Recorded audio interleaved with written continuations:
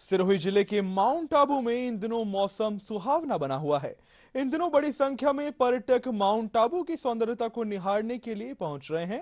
पर्यटकों का कहना है कि उन्हें यहां की प्राकृतिक सुंदरता के नजारे देखने को मिल रहे हैं। वहीं पर्यटकों की आवक से स्थानीय व्यापारियों को भी काफी फायदा हो रहा है। पण माउंट सारखा मौसम कुठे बघितला नाहीये। इकडचा व्ह्यू खूप जास्त छान आहे। बघू शकता नक्की लेक खूप ओव्हरफ्लो झालेला आहे।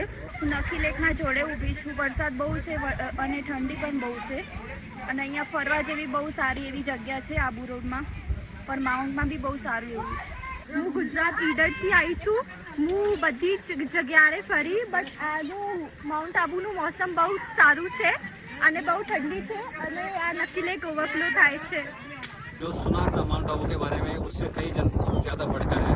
इसमें प्रकृति का खूबसूरत यहाँ नज़ारा है। आप देख सकते हैं आसपास